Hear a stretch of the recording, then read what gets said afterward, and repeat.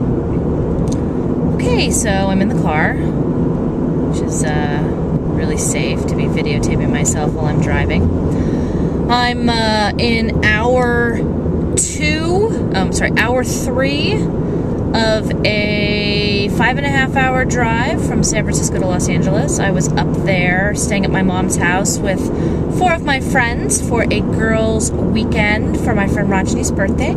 Happy birthday, Rajni. It's actually rather fortuitous that I am in the car doing this drive because we're talking about plotting this weekend, which was suggested by one of our viewers on our YARebels YouTube site. How we do our plotting, how we come up with outlines, plot points, stuff like that. And believe it or not, this really boring stretch of the I-5 between San Francisco and LA has a lot to do with how I plot. This is 10% luck, 20% skill, 15% concentrated power of will, 5% pleasure, 50% pain, and 100% reason to remember the name. The I-5. Trucks, farmland, empty space as far as the eye can see. Yeah, this is what the middle of our state looks like between San Francisco and LA, and it's a drive that I've done so many times. I have memorized every truck stop, distances between them, food and gasoline options, etc., etc., etc. Born in San Francisco, I live in LA now, and I do this drive a lot.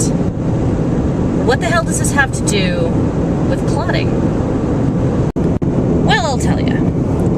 There's not a whole lot to occupy the mind on a drive like this. 5.5 hours, and that's if I don't hit traffic getting out of LA.